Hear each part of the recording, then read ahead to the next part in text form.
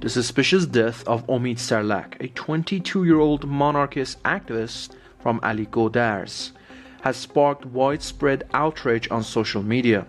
On the night of Saturday, October 31st, 2025, his lifeless body was found inside an abandoned car, shot dead, with a firearm placed beside him.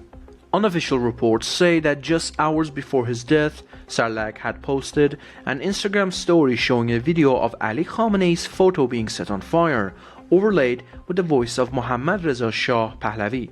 In the same story, he shared a fiery message calling on young Iranians to rise up against humiliation and poverty, and to prove their courage. Only a few hours after the post, his bullet-ridden body was discovered. Social media users have called it a state killing, holding the Islamic Republic directly responsible for his death. Local sources report that Sarlak's body has not yet been handed over to his family, who are reportedly under pressure from security forces to declare the death a suicide.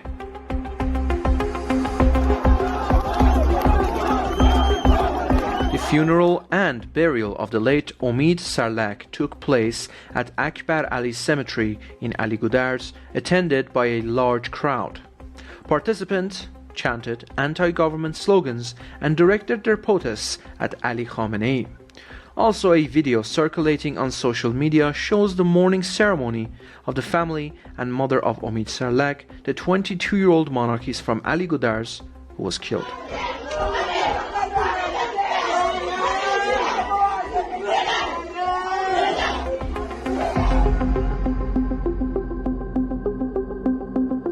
The second appeal for the case of Ehsan Afrashte, a death row prisoner held in Evin prison, has been filed with Iran's Supreme Court and sent to Branch 29 for review.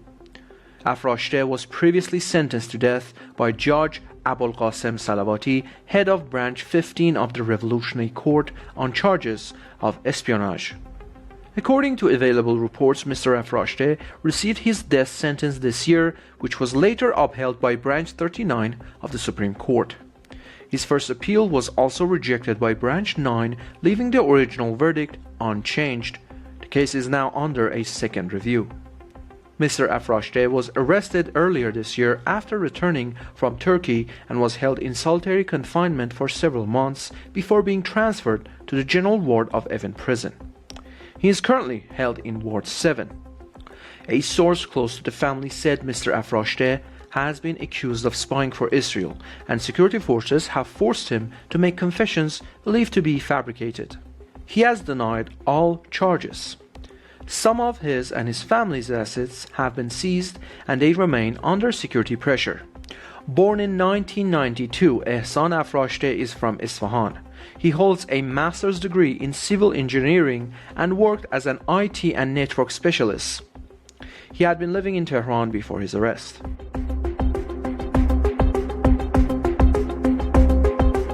The trial of Amir Hossein Mousavi, a pro-monarchy political prisoner held in Evin prison, was held at Branch 15 of Tehran's Revolutionary Court, presided over by Judge Abolqasem Salavati.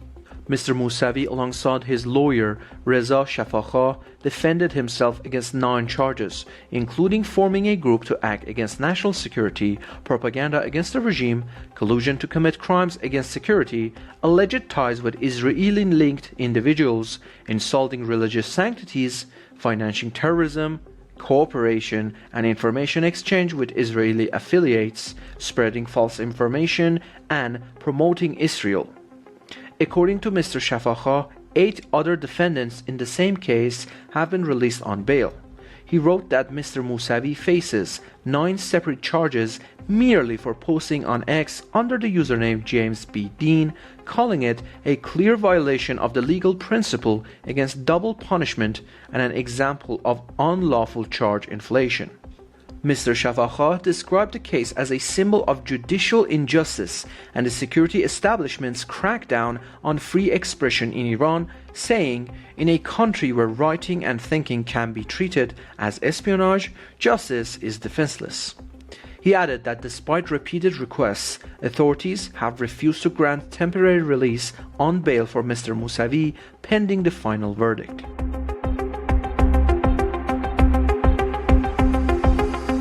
Reports surfaced on social media about the condition of Kushan Pirzadeh, a bodybuilding champion and monarchy's political prisoner. After 12 days of no contact, he managed a brief call from solitary confinement in Evin prison, revealing that he had injured his head and face in protest of the prison's inhumane conditions. Instead of receiving treatment, he was violently assaulted following a confrontation with the deputy head of Evin's Intelligence Protection Unit and was thrown into solitary confinement. According to informed sources, Mr. Pirzadeh was severely beaten, there kept naked for hours, and subjected to insults and degrading treatment. Officers reportedly demanded that he kiss their feet as an act of humiliation.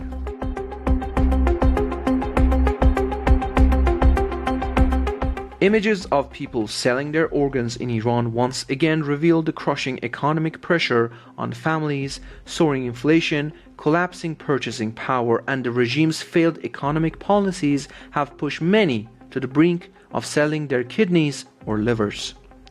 The spread of such ads has become a stark symbol of a livelihood crisis, one that shows how for some the only thing left to trade is their own body.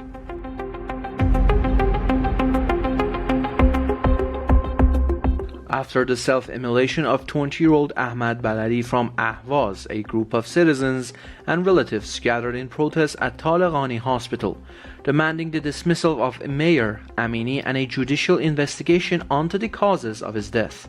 The incident took place when municipal enforcement officers, ignoring a court order to respect citizens' rights, smashed windows, destroyed personal belongings, insulted family's mother, and used violence. Their actions created an atmosphere of fear and extreme psychological pressure that led to the young man's tragic act.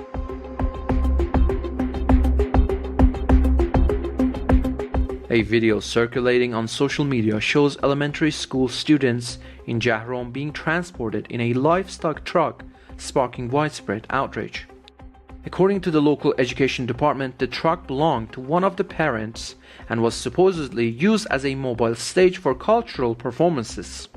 However, this claim does not match reality. Instead of providing a safe vehicle, children were transported in a livestock truck, and it was labeled a mobile stage. This is a clear example of negligence and an attempt to cover up an unjustifiable act.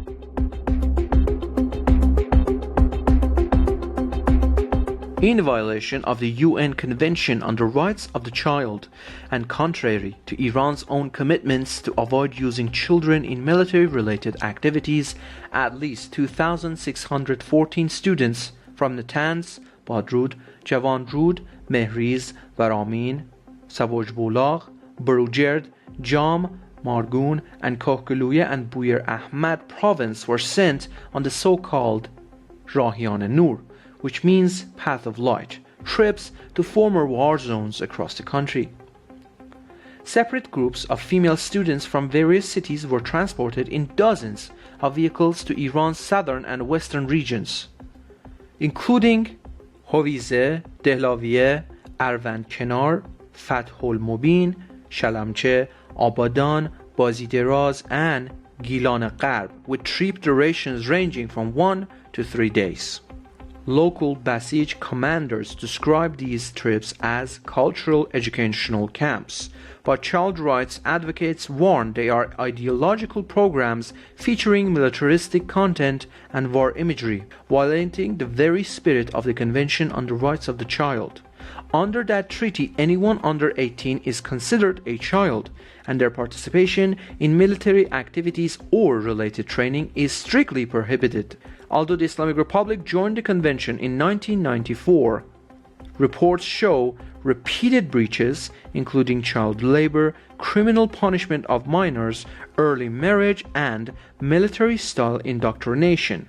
Experts have also raised safety concerns, citing risks such as vehicle rollovers and a lack of proper oversight during these long-distance trips.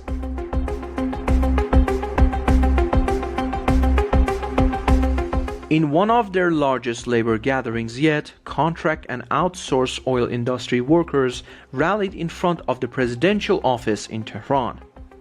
Over 1,000 company and contract employees gathered in Pasteur Square, protesting the government's broken promises on removing contractors, securing permanent employment, and implementing equal pay.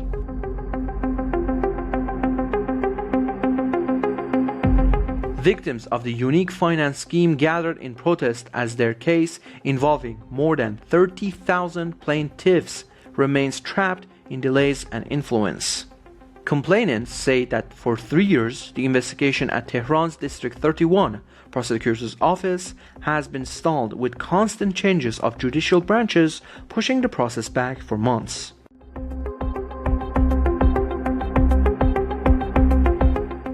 Retired steel workers gathered and marched in Isfahan to protest the transfer of the steel pension fund to the National Retirement Fund, as well as the sharp decline in their pensions and ongoing issues with healthcare and insurance coverage.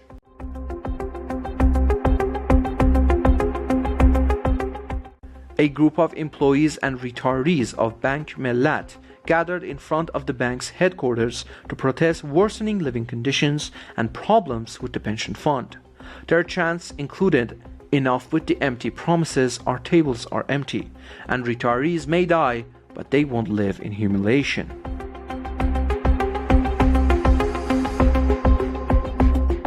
Social Security retirees in Tehran, Ahvaz, Shush, Rasht, and Kermanshah held rallies and marched in protest against poor living conditions and government neglect of their demands, chanting slogans such as "Enough with oppression, our tables are empty," and "The government betrays, the parliament supports." The retirees called for a real increase in pensions and full implementation of the legal commitments.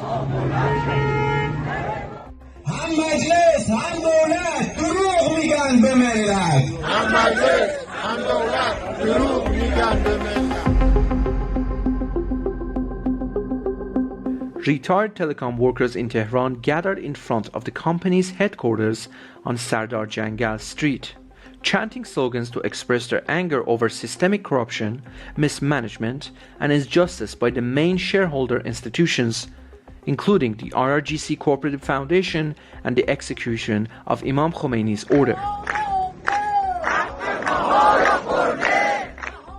Also, retired and veteran telecom workers gathered in Isfahan, Gilan, Tabriz, Zanjan, Kermanshah, Kurdistan, and Hamadan, shouting in protest to express their anger over 17 years of injustice and the oppressive conduct of major shareholders and powerful institutions.